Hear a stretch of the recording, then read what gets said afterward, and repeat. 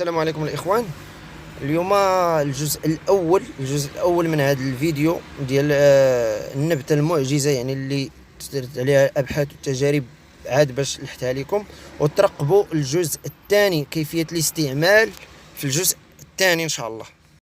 إخواني، اليوم بغيت نهضر على واحد النبتة يعني اللي لقيتها في واحد البلاصة، يعني موجودة معروفة نعرفوها، إلا أن الأسماء تختلف من منطقة لمنطقة. وهاد النبتة اللي كيف ما كتشوفوا ملي تنجي للطبيعة تنحاول نقلب على النباتات ولا الأعشاب العطرية ولا اللي فيها فائدة. ألور هاد النبتة هي هادي، يعني الجيل الحالي اللي شافها يقول لك نخلة، مي هادي ماشي نخل، هذا الدوم. هذا الدوم اللي الفوائد ديالو عظيمة. مي نقلب لكم على المفاجأة اللي لقيت هنايا، يعني المفاجأة نقلب على الثمار ديالو، نشوف واحدة أخرى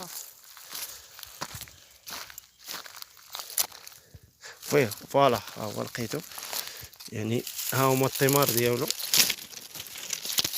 ها هما الثمار ديالو.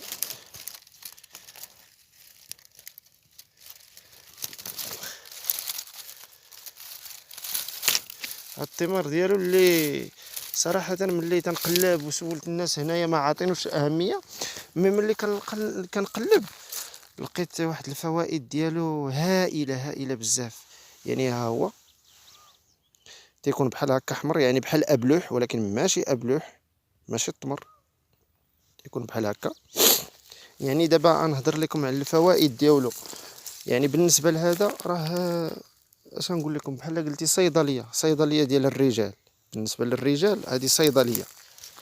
اول حاجه هذا الاسم ديالو هو حب الغاز، او لا باللغه كاين بعض المناطق بعض الدول تيقولوا الجمار،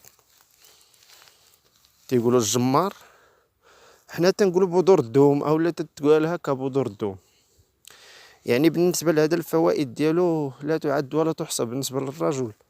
اول حاجه غني بالفيتامين ا وفيتامين بي 1 بي او 2 و بي 12.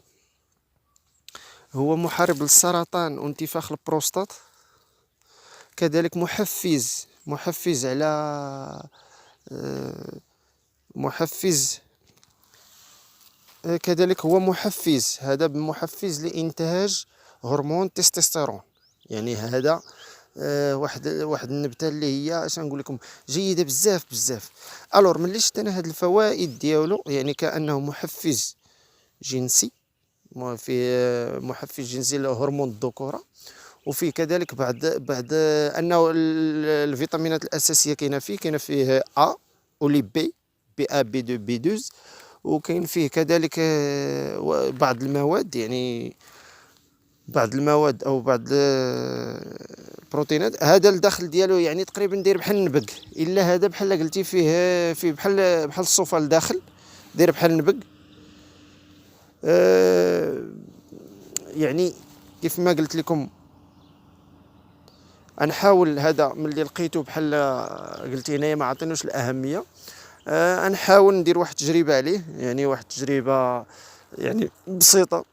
مادام ان مربي القنين في الدار ومربي سميتو، غنبدا نعطيهم هذا ونشوف المعدل ديال الزديات ديالهم، او المعدل ديال الخصوبه ديالهم. ومن ثم نحاول نجربوه على الطيور، لان انا الاهم شيء هو الطيور. ونحاول نقلب على الطريقه المثلى او الطريقه الفضلى باش نقدموا للطيور. وهذا انا تنصح به الرجال، خصوصا الرجال اللي 45 عام 50 عام للفوق. يعني يحاولوا يبقاو يشربوا ولو مره في السيمانه هذا، ولا ياكلوا ولو حبه ولا جوج حبات في النهار، لانه مزيان البروستات بزاف. وكذلك مقوي جنسي